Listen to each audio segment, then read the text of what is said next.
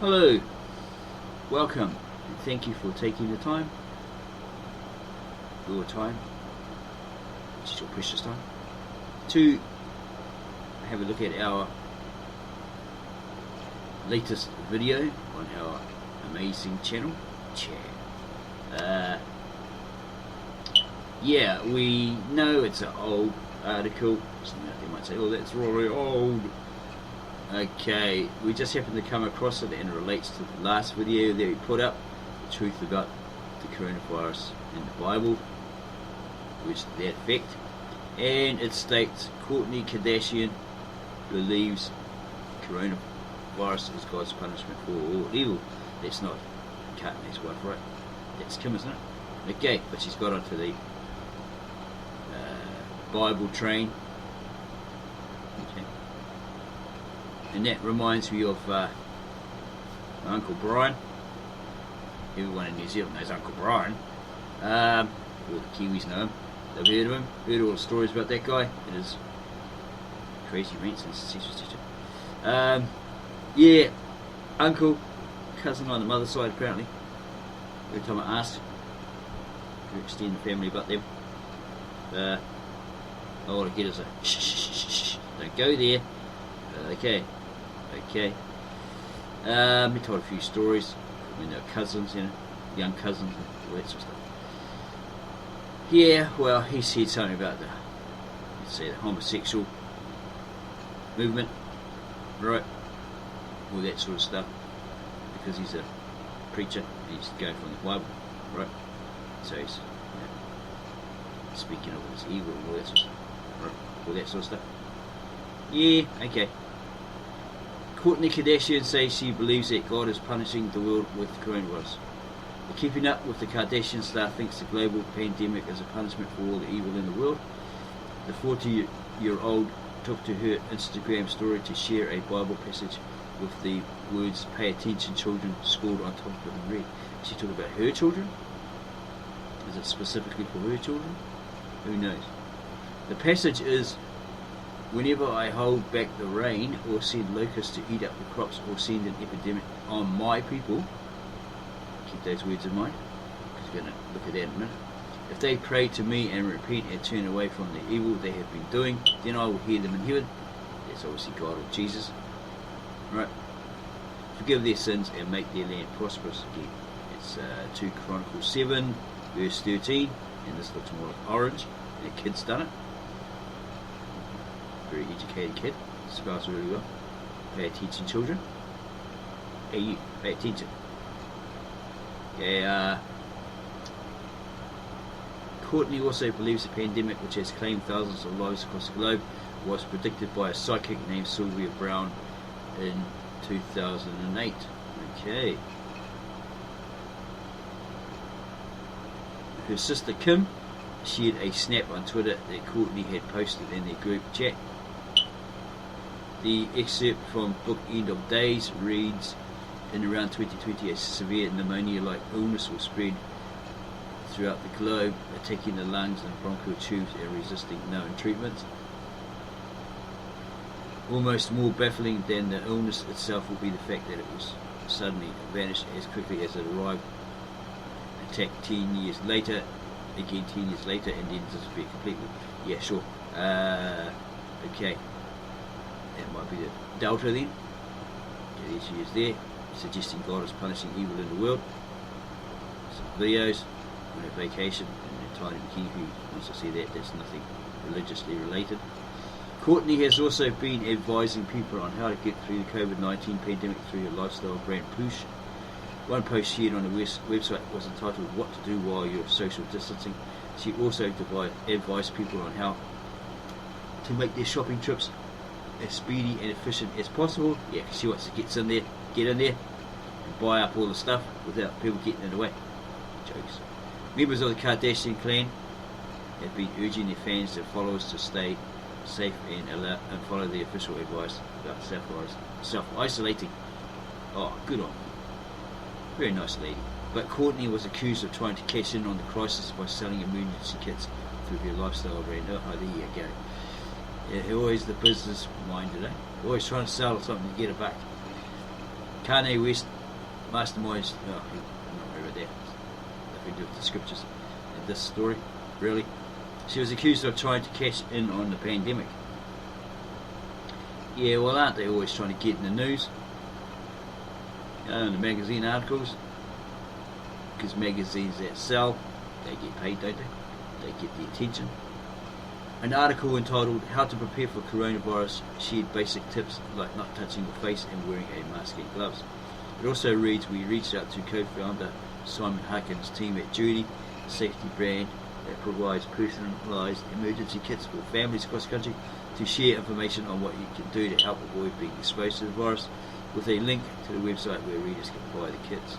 Okay, so again, it's another brand. The article wasn't listed as a sponsored content, but the link took readers to their friend's site, Judy, where they could be disaster kits. It doesn't make sense, does it? The article wasn't listed as sponsored content, but the link took readers to her friend's site, Judy, where they could be disaster kits, costing between $60 and $250 US. She was criticised by some fans who felt she was trying to make money from the crisis. Yeah, as we said, she is very business minded. Right, they want that attention, so that get themselves plastered all over magazines, TV. Probably sneak at the movie soon. You know, posters, banners, whatever they can. So fans will buy up all that stuff, all that memorabilia, etc., all that literature, all that crap. Yeah. So yeah, puts it back in the limelight. Okay, so I actually thought that was the daughter there. It's actually his son. So yeah, that's a short, hopefully interesting. Oh, we haven't explained it, have we? Okay. She's taken it out of context, because what it actually says here, even though this is an Americanized Bible version, it actually says, okay, whenever I, it's God, or Jesus the Christ, hold back the rain, or send locusts to eat up the crops, or send any epidemic, because that happened a lot in the old days, in the Old Testament, and maybe the New Testament, as punishment for people's sins, etc. Or send an epidemic, like could be a plague, etc., etc., locusts, rats, whatever, on my people. So it's God or Jesus talking about his people. Who are his people? The house of Israel, the house of Judah, etc., etc. The Israelites, the Hebrews, the Jews, the Israelites. Right? He's not talking about Americans or the Kardashians or Donald Trump's family, or anyone like that. Yeah, this is in the old era, in the old age, when this was, probably before this was written down, whatever it refers to, era it refers to.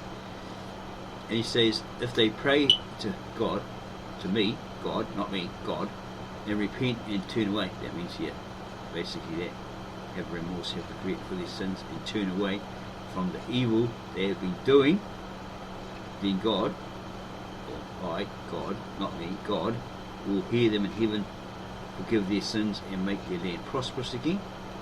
I'll have massive crops, you know, and they'll never go hungry and all that sort of stuff. They'll be quite wealthy. He'll forgive their sins and make their land prosperous again.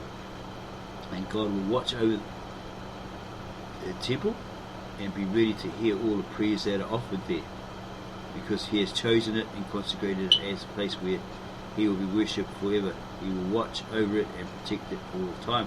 So you've got to go back, yeah, even further, where it says, after King Solomon had finished the temple and the palace successfully, completing all his plans for them, the Lord, that would be God, or Christ, it's supposed to be like triune, one and the same, you know, appeared to him at night. He said to him, I have heard your prayer, Solomon's prayer, and I accept this temple that he had built as the place where sacrifices are to be offered to God. So it's talking about the temple way back in Solomon's days that he had built. It's not talking about any futuristic thing. Right? Taking it out of context. You can't go back any further. Okay. But if you have a look at it, it will be talking about Solomon, David, the temple, and so forth. It's not talking about no coronavirus or Delta virus or whatever in the modern times. Okay. But you could say, yeah, if the world turns all evil, right, could apply to them. It could be dual. Wishful thinking, if you want to believe that this is referring to modern times, go ahead and go preach it to everybody, go ahead, but then you'd be lying to those people, wouldn't you? Okay. So tell the truth, tell the real truth, the whole truth and nothing but the truth, none of this hype, fluff, BS, right? Twisting it, you know, because you don't understand it, right? Okay, the English, the original Aramaic, Hebrew, etc., translated into English, without the idioms, etc., without you knowing about the idioms, understanding them, right, you're going to get like translation according to whoever decided to create this new, revised, rewritten, edited, etc., Americanized modern version, right? This probably is the King James that hasn't got the, thou, thou in it, so it looks like it's pretty much in modern English. Probably NIV or something like that, not really sure. Okay, so yeah, if you like this little short video, found it eye-opening, then subscribe to our channel and make sure that the notification bell is set so you don't miss out on any of our up-and-coming, inspiring, exciting, extraordinary, in-depth videos. And then if you like it, give us a thumbs up, and then run out there and tell all your friends, neighbours, family, friends, neighbours, strangers, Christian friends, non-Christian friends, about our channel, the Ministry of the Real Truth, where we strive to bring you the real truth, the whole truth, and nothing but the truth. No fluff, no hype, no BS. Not going to try and pull the wool over your eyes. We tell it how it actually is, how it really is. Yeah, so go tell them this is the greatest channel on YouTube, and we will see you on the next exciting